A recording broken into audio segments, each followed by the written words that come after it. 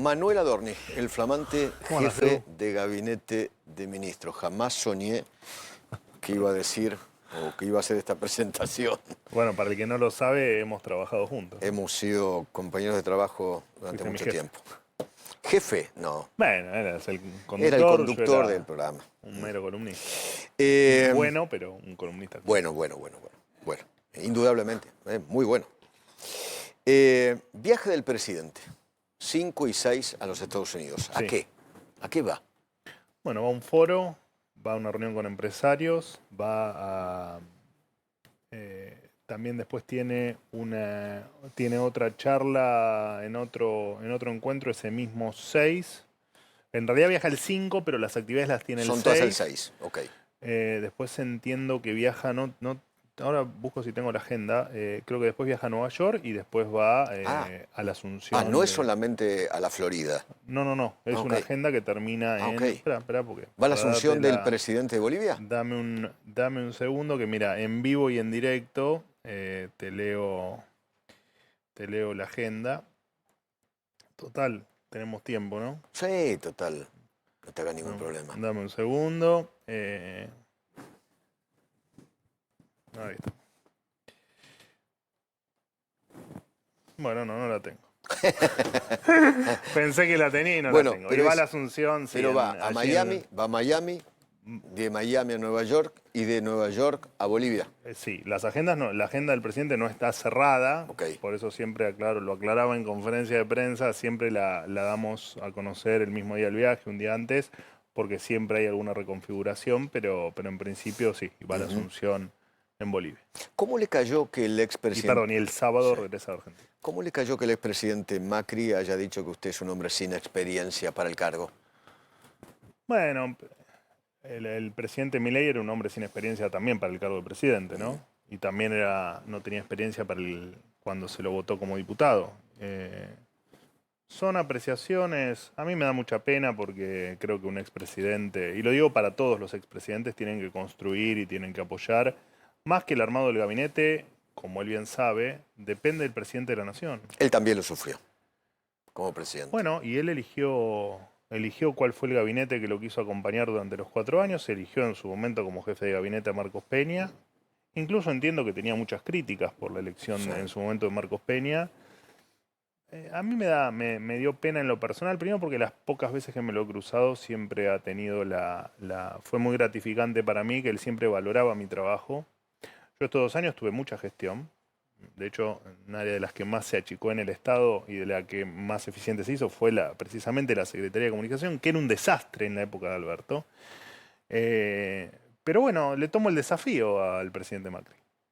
Veremos cómo me va. Si me va bien, le diré que estaba equivocado y por ahí tiene razón él. Pero me parece que es muy injusto prejuzgar antes de que las cosas pasen. Aparte, con ese criterio, digamos, debería ser presidente de la nación Cristina Fernández de Kirchner, ¿no? Que gobernaron 20 años, digo. O sea, si fuese por una cuestión de experiencia, Claro. me parece que es bastante injusto. ¿Y por qué usted dice que conoce bien, profundamente, la gestión en cada uno de los ministerios? Explíquelo, cuéntelo. Bueno, porque es lo que hacía precisamente en el área de comunicación. Más allá de mi vocería, digamos, yo tengo hasta hoy, porque hoy estoy renunciando, hoy envié mi renuncia, tenía a cargo toda la comunicación del gobierno, más allá de los medios públicos, y en esa comunicación del gobierno, la razón de por qué el gobierno comunicó tan bien con sus diferentes métodos, especialmente con la vocería estos 2 años, es porque yo estaba metido, involucrado en cada área del gobierno, ¿no? En cada ministerio, en cada secretaría, en cada subsecretaría, y entiendo bien qué es lo que pasaba o qué es lo que pasa en cada ministerio. Y aparte porque, bueno, en esta segunda parte, como le llamamos nosotros, del primer mandato, nos vamos a dedicar a empujar la gestión. La gestión está parada. Lo he escuchado de empresarios. ¿No? Tuvimos unos meses complicados donde tal vez la agenda no fue la que nosotros hubiésemos querido, ¿no? Como venían pasando, que veníamos contando los avances del gobierno y lo que pasaba en la diaria, pero Era un gobierno más a la gestión no se defensiva frenó. en la Ahora, agenda. cuando vos enfrente tenés gente que lo único que quieres dañarte, bueno, parte de tu tiempo lo dedicás a que no te dañen, ¿no? Y a que precisamente la gestión continúe y en nuestro caso llegar a las elecciones que nosotros sabíamos que iba a ser un punto de inflexión y que, fíjate que de repente no hay más ataques. ¿Qué pasó? De repente no hay más... Todo lo que venía pasando en los últimos 4 meses desapareció. Bueno, raro, ¿no? Sí, es raro. ¿Cómo se baja el riesgo país? De casi 700 a llevarlo a un número normal, lógico, con un país como 400, 300. Bueno, ¿cómo van a hacer? ¿Qué van a hacer? El riesgo país lo que muestra es la expresión de la, si se quiere, de la... No me quiero poner muy técnico, pero básicamente lo que muestra es qué riesgo tenés versus los bonos del tesoro, en este caso americano, pero digamos que básicamente lo que muestra es tu capacidad de repago, digamos, o qué tan confiable sos. Cuando vos tenés equilibrio fiscal sostenido, vos lo que le estás diciendo al mercado es que vos siempre vas a tener para pagar tus deudas. Porque si vos tenés superávit financiero, o sea, es porque vos estás pagando, con lo que te ingresa, estás pagando los gastos del Estado y además estás pudiendo afrontar los intereses de la deuda. Nosotros el problema que tenemos, yo creo que la tarea más grande que tuvo y que tiene este gobierno es recuperar lo que es más difícil de recomponer, que es la confianza, ¿no? Que se había perdido en los últimos meses del gobierno. No. El gobierno iba a una crisis. No. Estaba a punto de una corrida cambiaria. No, el programa era lo suficientemente sólido como para que eso no pase. Por supuesto que vos tuviste volatilidad en los últimos meses, porque vos te acercabas a una instancia donde la sociedad iba a elegir hacia dónde ibas.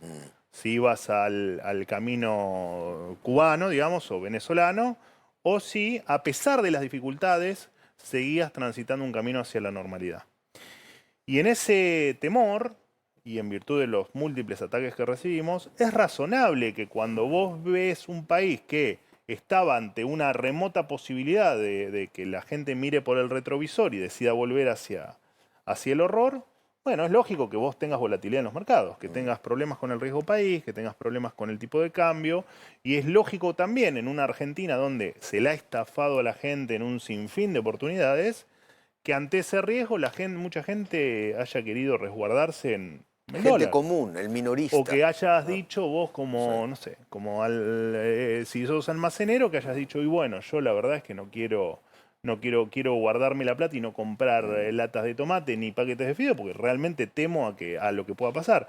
Y nosotros dijimos, creo que Federico Sturzenegger lo definió como el riesgo Cuca, pero no es ni más ni menos que el riesgo de que venga la irracionalidad. Eso se notó inmediatamente el lunes después de la elección, cuando el riesgo país bajó de golpe 400 puntos. Bueno, pero no es irracional eso. Sí. Lo que quedó demostrado es que eso fue muy impresionante. Nosotros decíamos la verdad, el riesgo país no partía de la base que había algo mal hecho en el programa económico. O que éramos unos delirantes fiscales, o que íbamos a un país donde que el país no pueda pagar sus deudas en el futuro. No, el problema es que del otro lado tenías a los orcos atacándote. Entonces, el mercado no sabía bien cuál iba a ser la definición. Nosotros sí lo sabíamos, pero el mercado no. Y primó la cordura, digo. O sea, la gente apostó por, a pesar de todo el esfuerzo que estaba haciendo la gente y que está haciendo la gente entendió que para cruzar el río había que seguir caminando, que no había que volver atrás. Y por eso tuviste la baja brutal del riesgo país, que creo que fue la más importante en la historia. Sí, eso fue una cosa muy impresionante porque fue en un mismo día. Pero nosotros lo avisamos, que el día 27 de octubre el riesgo que te engrosaba las variables más difíciles, como la del riesgo país, por ejemplo, el tipo de cambio, se iban a normalizar. ¿Van a empezar a comprar dólares? Bueno, el esquema de bandas no se cambia. Se compra dólares en tanto y en cuanto o se venden pesos cuando es que el esquema no se modifica. Okay. Después, como lo hizo siempre, el Ministerio del Tesoro puede comprar y vender divisas de acuerdo a sus necesidades. Pero el esquema, ya lo dijo el ministro Caputo, no se modifica. ¿Qué era lo que decía la oposición? seguro que van a cambiar el esquema, seguro que va a haber una superdevaluación. Bueno, la oposición también decían que, no sé, que les estamos dando la Patagonia a los americanos, qué sé yo. Bueno, la oposición suele decir cualquier estupidez. Eso no lo podemos, lamentablemente, no lo podemos controlar, las pavadas que se dicen. Pero bueno, la verdad es que sentimos que dimos vuelta a la página y que entramos en otra etapa del gobierno. ¿El vocero? ¿Quién lo va a reemplazar a usted? Bueno, eso es un tema. Yo creo que no vamos a tener vocero. ¿El vocero va a ser usted como jefe de gabinete? Históricamente siempre el vocero fue el jefe de gabinete. Sí, claro. Y cuando no existía la figura del jefe de gabinete, previo a la reforma constitucional del 94, era el ministro del Interior, que en aquel momento era Corach, exactamente, que era recordado por sus conferencias de prensa matutinas. En la puerta de la casa. No seguirá el mismo formato, ¿no? De estar todos los días o día por medio en una conferencia de prensa. Pero los temas importantes, bueno, los seguiré en mi calidad de jefe de gabinete, los seguiré como. Y en su cargo de secretario de comunicación, no sé cómo se llama. De comunicación y medios, Javier queda Lanari, que también hoy presentó la renuncia a la subsecretaría de prensa y entiendo que mañana tiene el ascenso como secretario. Secretaría que también pasa a depender de jefatura de gabinete. O sea, usted va a manejar todo el área de comunicación del gobierno. No, la va a manejar Javier Lanari, va a depender de mí en última instancia. La supervisa usted. El triángulo de hierro se rompió, se deshizo, sigue firme. No, a ver, el triángulo, primero que esas son definiciones que da el presidente. Exacto. Yo creo que en esta nueva etapa me parece que el presidente tiene más claro que, siempre lo tuvo claro, pero más claro que nunca que el que manda es él, el que toma las decisiones es él, y él después encontró, me parece, en este nuevo esquema, varias patas que van a colaborar con él en esta segunda etapa del gobierno. ¿Cuáles son las patas? Bueno, por supuesto está de más decir, Karina Milei es parte es su riñón, no es parte de su riñón, es su riñón, y después me parece que en este esquema de tenerme a mí como jefe de gabinete, a Santiago como su asesor, a Santiago Caputo como su asesor principal, me parece que en ese esquema el presidente se siente cómodo manejando o administrando el poder. Deja de ser un triángulo para convertirse en un cuadrado. No, tampoco dije eso. Dije que es un esquema donde... Bueno, pero no sé si cuatro son el presidente los principales. Bueno, pero porque está hecho así el esquema en el gabinete. Está bien. Porque el presidente cree que cada uno le da una dosis de gestión. Santiago Caputo en la estrategia, usted en la gestión. Exactamente. Karina Milei. Santilli obviamente. Como interlocutor válido con los gobernadores y como interlocutor válido con el Congreso. Bueno, Martín Menem de un lado, Patricia en otro lado a partir del 10 de diciembre. Y me parece que, no sé, me parece que ese es el esquema que quiere el presidente. Después el presidente verá qué nombre le pone. Si le llama triángulo, cuadrilátero, si no le llama más nada. Sí. Y de hecho creo que en el acto del 26, que estuvo él con Karina de un lado y Santiago del otro, él les agradeció como por ser los arquitectos de todo ese esquema de ese triunfo. Sí. Así que, pero esas son definiciones que da el presidente. Santiago Caputo no va a tener un ministerio ni ningún cargo oficial, sino seguirá siendo el estratega del gobierno. El asesor principal del presidente. Asesor principal del presidente. Con quien además tengo una excelente relación, tenemos una excelente relación. Sí. No, y hoy se lo vio al presidente saludándolo con un cariño, un afecto, la verdad increíble. Gran reunión de gabinete, por cierto. Cuénteme, ¿por qué la define como gran reunión de gabinete? Bueno, porque fue parte no estaba Fede Sturzenegger, que estaba en un viaje oficial, pero... 3 debutaban, ¿no? Kirchner, usted y Santilli. Sí, yo ya estaba en el gabinete, no importa, pero bueno, como jefe de gabinete. Me moví de silla. Claro. Me moví de silla, pero bueno, nuevamente el presidente explicando hacia dónde vamos, cuáles son las reformas urgentes, cuáles son las reformas importantes. Y bueno, no habíamos tenido reunión después del 26 de octubre, Exacto. Así que fue como un gran relanzamiento o como un inicio de esta segunda etapa, ¿no? Y como todos estamos en el mismo, muy alineados y entendemos bien hacia dónde vamos, siempre hay buena onda en el gabinete, pero bueno, hoy fue un poco más efusivo se notó. Por toda la coyuntura, ¿no? ¿Urgentes cuáles? Por supuesto... ¿Reforma laboral? reforma, sí, modernización laboral, porque nosotros entendemos que es algo mucho más profundo que una mera reforma. Ok, le sacamos la palabra reforma para llamarla modernización. Es que se llama modernización laboral, bueno. Reforma tributaria. Sí. Por supuesto, ya se había anunciado, pero la reforma del Código Penal. Sí. Y vamos a partir del 10 de diciembre a llamar extraordinarias para también tratar el presupuesto 2026. Presupuesto.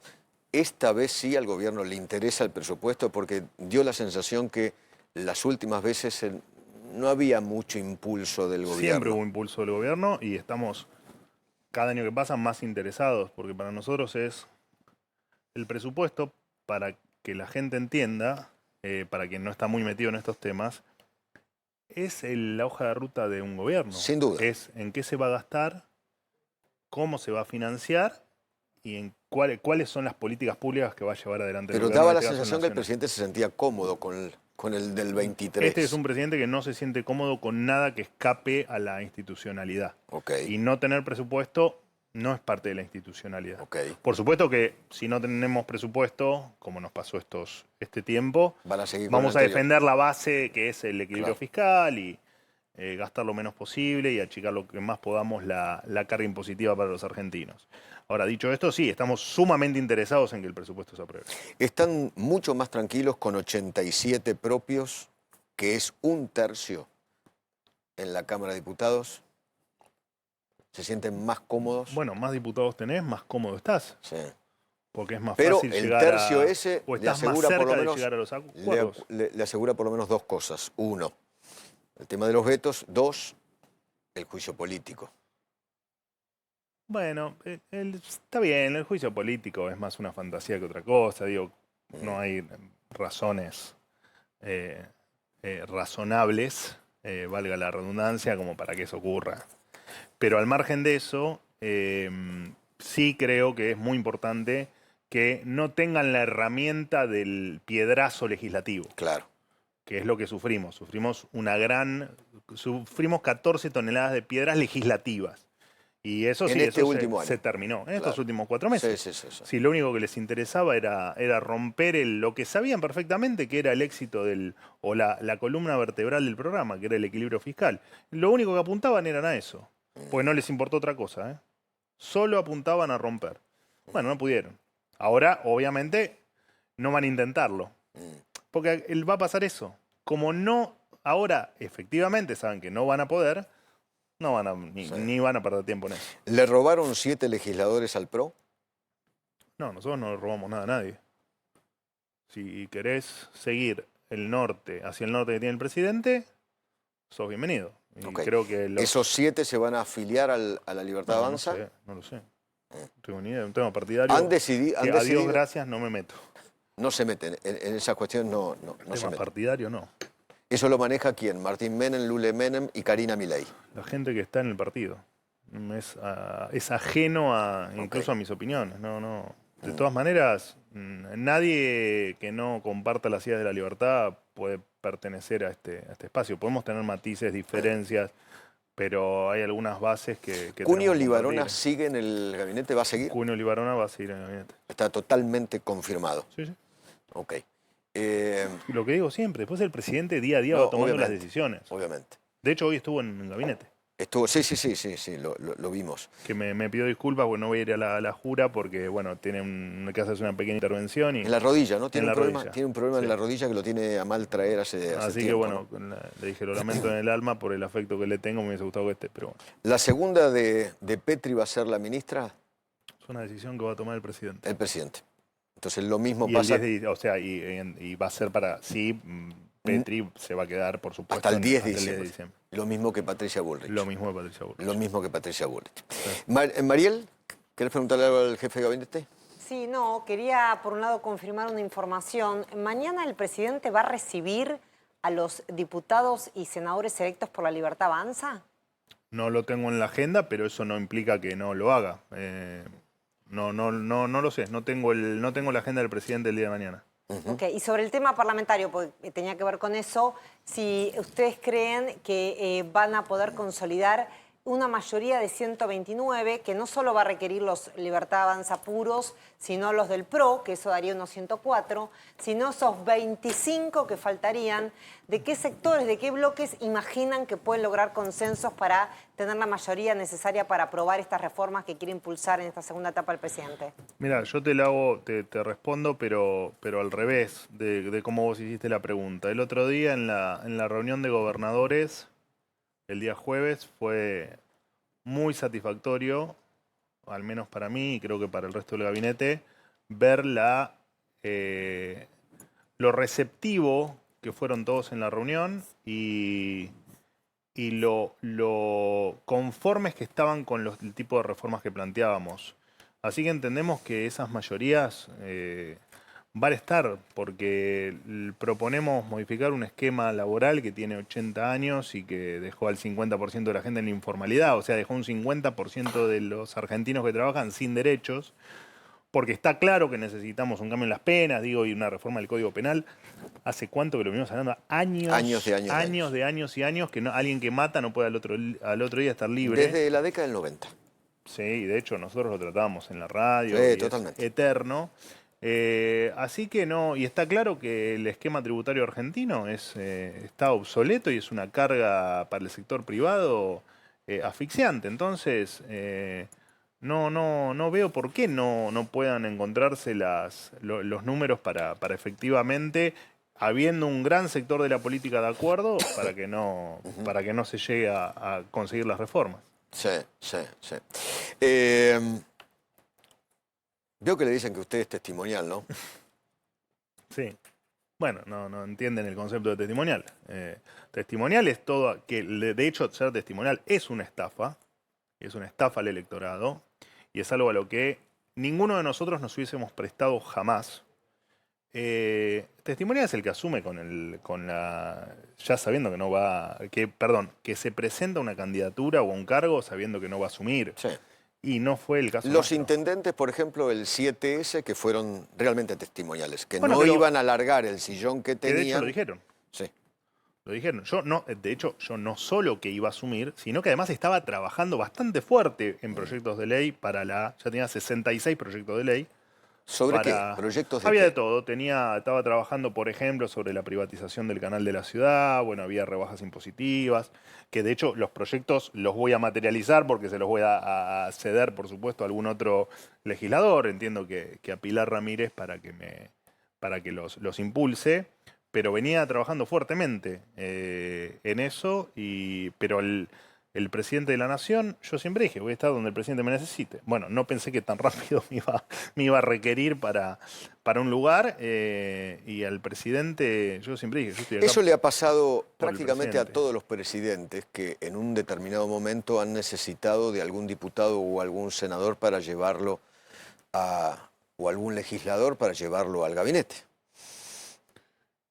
Sí, yo puedo hablar de mi caso particular, digamos. Mi caso particular fue que yo fui como candidato a legislador en mayo y que efectivamente tenía todo planeado para asumir. Usted me prometió en ese lugar que usted iba a asumir el 10 de diciembre. Sí, es que iba a asumir el 10 de diciembre, exactamente.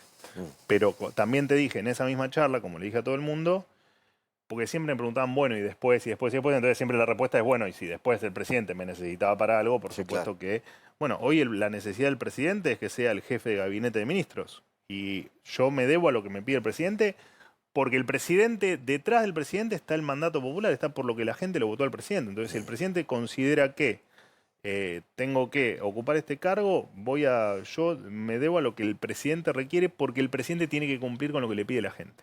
Y si cree que yo soy el mejor para este lugar, bueno, estoy a disposición. Lo mismo pasa con Santilli, igual. Lo mismo pasa con Santilli. Santilli de ninguna manera fue una candidatura testimonial, de ninguna manera. Lo que pasa que, bueno, nos han manoseado tanto, la vieja política nos ha manoseado tanto, que es como todo lo mismo. Pero no es todo lo mismo. Testimonial es aquel que estafa al electorado. ¿Por qué el presidente eligió a Santilli como ministro del Interior? ¿Cómo se tomó esa? ¿Me puede contar? Bueno, eso entiendo que entre Karina Milei y él entendieron que Santilli era un gran conocedor de del diálogo y de la conversación y del ida y vuelta con los gobernadores. Un hombre de la política, por supuesto. Un hombre del PRO. Y un hombre que viene de la alianza esta nueva de la Libertad Avanza PRO, ¿no? Exactamente, y una persona que está súper comprometida hoy con las ideas del presidente Milei, con el norte que queremos llevar adelante. Y también en esta conversación entre el presidente y la secretaria general de la presidencia, entendieron que además podía ser un gran interlocutor también con el Congreso. Con los senadores y con los diputados, por supuesto con Martín Menem y con Patricia Bullrich, como cada uno como cabeza en cada lugar, pero entienden que es la persona indicada. Okay. Y bueno, y se lo solicitaron, y hacía cuánto que había ganado la elección. Una semana. Una semana. Tuvieron una elección hoy, realmente, la verdad fue una elección monumental, porque la verdad nadie esperaba ese resultado. Ustedes, el propio presidente dijo, nosotros no esperábamos ese resultado. No, esperábamos de ninguna manera. Una remontada. Una elección, una buena elección, pero no que terminó ocurriendo, que fue... ganar por un punto. De todas maneras, fue la respuesta a la gente a algo que se está haciendo con mucho sacrificio y por otro lado, a un lugar donde los argentinos no queremos volver. ¿Le puedo pedir lo último? Hoy habló Axel Kicillof y hizo referencia al presidente. ¿Lo tenés por ahí? Ponelo, dale. Hubo algunos gobernadores que no fuimos invitados. Muchos sabrán porque se difundió, le respondí al presidente de la Nación a esta falta de convocatoria a través de una carta, pero creo que el contenido principal, lo más importante que quería decir en esa carta es que él podrá tener su ideología, su predisposición, sus afinidades, su idea de lo que es la democracia, pero dejar afuera no al gobernador, sino a 17 millones de bonaerenses es una pésima idea. ¿Qué se le contesta? La verdad que si era la última pregunta te daría la mano y me iría, digamos. Pero no, a ver, yo creo que primero que los invitados a la reunión del jueves pasado fueron los gobernadores que habían firmado el Pacto de Mayo o que en su defecto habían adherido al RIG y a todo lo que en definitiva el Pacto de Mayo se firmó dentro del Pacto de Mayo, dentro de los puntos del Pacto de Mayo. Jaldo, Jalil, cuando uno lee la carta de Axel Kicillof que publicó por la red X, es desopilante. O sea, él básicamente lo que dice es que necesita una reunión para explicarnos que está todo mal y que hay que hacer las cosas como él quiere. Bueno, hay que recordarle primero que perdió las elecciones. Perdió las elecciones, primero perdieron las elecciones en el 2023 y ahora volvieron a perder las elecciones nacionales porque la gente efectivamente no quiere ese modelo. Habría que preguntar, bueno, ¿cuál es la intención de una persona que es un derrochador de recursos públicos con un montón de cuestiones en la provincia de Buenos Aires, que hay lugares en la provincia de Buenos Aires que no se puede salir a la calle, digamos? No sé, me parece todo un gran delirio. No hay mucho para concluir sobre una persona que o sea, es una persona que plantea no pagar las deudas, que plantea salir a emitir, que plantea subir impuestos. Bueno, no sé cuánto es qué margen hay para dialogar, para hacer las cosas. Y sí comete un error. El presidente gobierna para los 47 millones de argentinos. El que él sea un delirante no significa que el gobierno nacional se olvide de los bonaerenses. Todo lo contrario. Ahora, bueno, tenemos concepciones diferentes de lo que hay que hacer en la Argentina. El concepto de él es, si no me invita a mí, no invita a los bonaerenses. Bueno, pero es equivocado. Error. Eso es un error. Digamos, que él plantee delirios, bueno, no significa que nosotros querramos seguir ese camino. Le agradezco infinitamente. No, por favor. Suerte en la gestión. Gracias. Gracias.